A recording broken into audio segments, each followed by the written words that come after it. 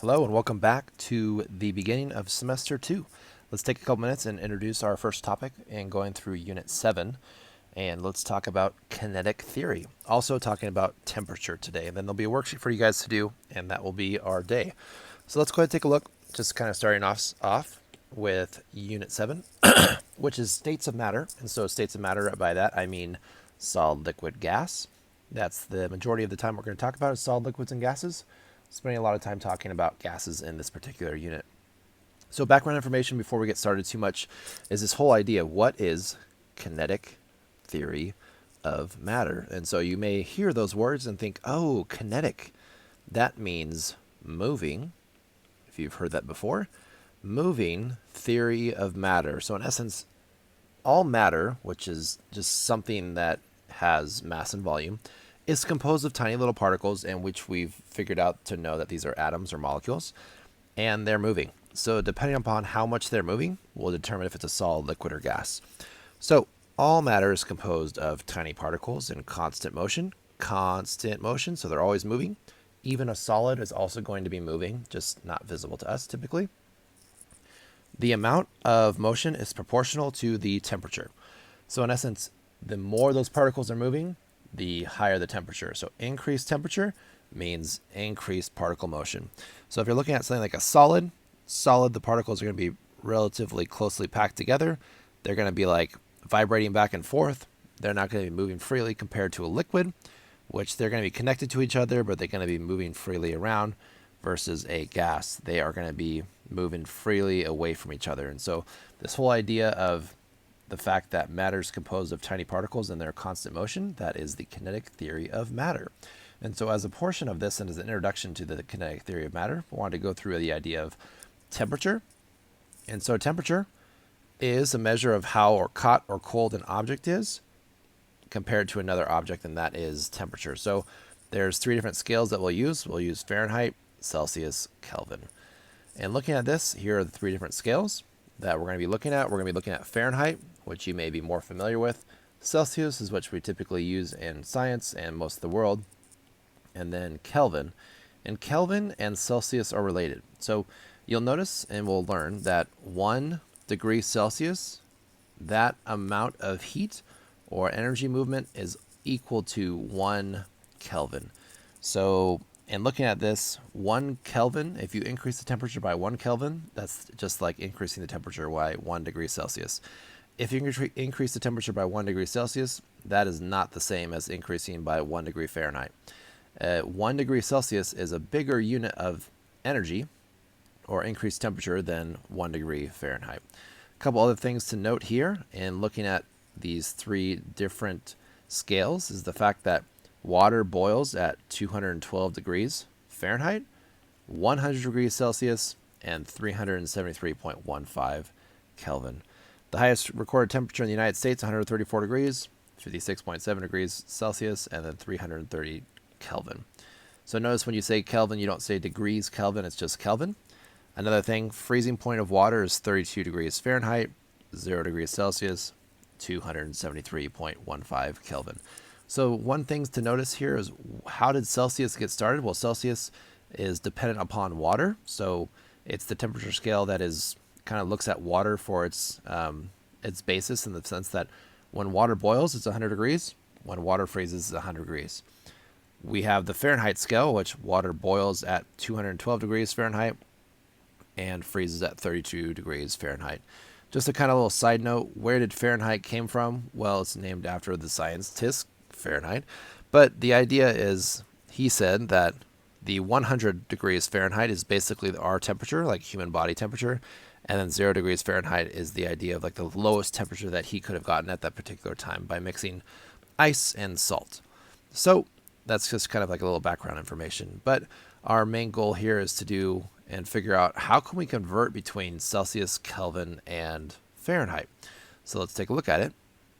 So here's just a couple equations for you guys to be familiar with. We have Fahrenheit is equal to 9/5 Celsius plus 32.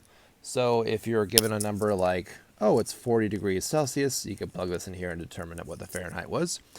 The other way we can look at it is Celsius is equal to 5/9 times Fahrenheit minus 32. So that 32 number is there because of the fact that there's that variance in the from 0 to 32 for the freezing of water. And lastly, Kelvin is actually equal to Celsius plus 273. If you really wanted to get fancy with it, 273.15. And so, like I said, 1 degree Celsius is equal to the amount of increase in heat or energy is equal to 1 degree Celsius is equal to 1 Kelvin increase. So if water freezes at 32 degrees Fahrenheit, what is this in Celsius? And then in Kelvin. So let's just do this as an example. So I would look at this. All right, Celsius is equal to 5/9 Fahrenheit minus 32. When you do that, it actually end up getting Celsius is equal to 0 degrees. So you see, oh, water freezes at 0 degrees. And so what would that be in Kelvin? Well, Kelvin is equal to Celsius plus 273.15. So you'd say 0 degrees Celsius plus 273.15. You really could throw some extra decimals in there if you're a sig fig kind of person. And then you'd have 273.15 Kelvin. Also looking at this, we've kind of done this math before, but water boils at 100 degrees Celsius. What is this in Fahrenheit? What is this in Kelvin? So let's do the Kelvin one first. Kelvin is equal to Celsius plus 273. And you can add those up together. You get 373.15. And if we're looking at what is that in Fahrenheit, we can go to this. Fahrenheit is equal to 9/5 times the Celsius temperature, which is going to be 100 here, and then plus 32. And so you're going to end up being Fahrenheit is equal to 212 degrees Fahrenheit. So that's kind of when water freezes and when water boils. So our main goal for today is to figure out at what temperature Kelvin, Celsius, and Fahrenheit all kind of correlate. And so we can just do a couple more examples. So in looking at this, the body temperature is 98.6 degrees Fahrenheit. What is this in Celsius and then in Kelvin? So in looking at this, I could say, all right, I have it in Fahrenheit. I'm trying to figure out what is this in Celsius. Well, Celsius is equal to 5/9 Fahrenheit minus 32. So Celsius equals 5/9, 98.6 degrees Fahrenheit minus 32. Your Celsius number is going to be. Let's go ahead and plug this into a calculator.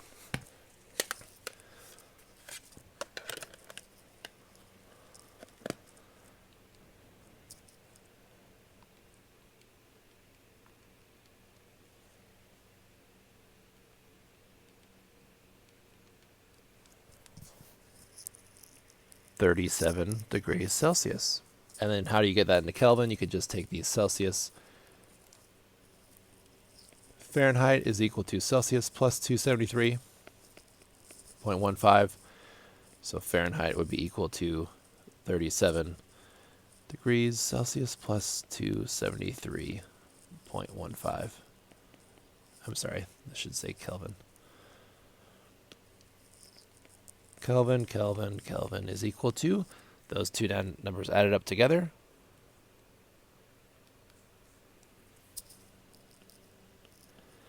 And so if you're looking at this, you're like, oh, it's 310.15, and you're trying to figure out what do I do with the significant figures. Yes, we've figured out there's no decimals there, so your answer should just be 310 Kelvin. I'll do another one where you're looking at at what temperature methanol boils.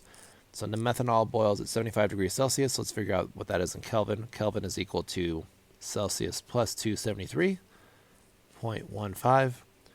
So Kelvin is equal to 75 degrees Celsius plus 273.15. Once again, you're looking at this. There's no tenths or hundredths place in our Celsius measurement. So we're going to say Kelvin is equal to 75 plus 273.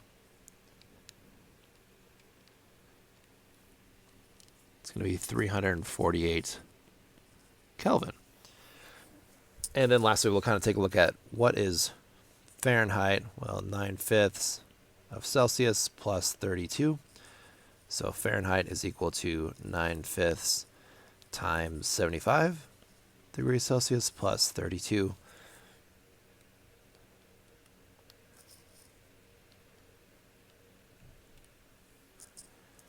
You end up getting that's 167 degrees Fahrenheit. So like I said, this whole idea, just to kind of quickly review what we discussed, was the fact that all matter is composed of tiny particles that are in constant motion. The amount of motion is dependent upon its temperature or the amount of energy that it has. The more movement, it's more likely to be a gas. The less movement, it's likely to be a solid.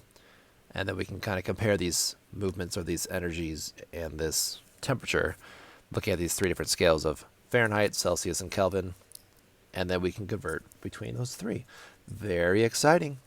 So the worksheet for today is going to be posted on here. Let's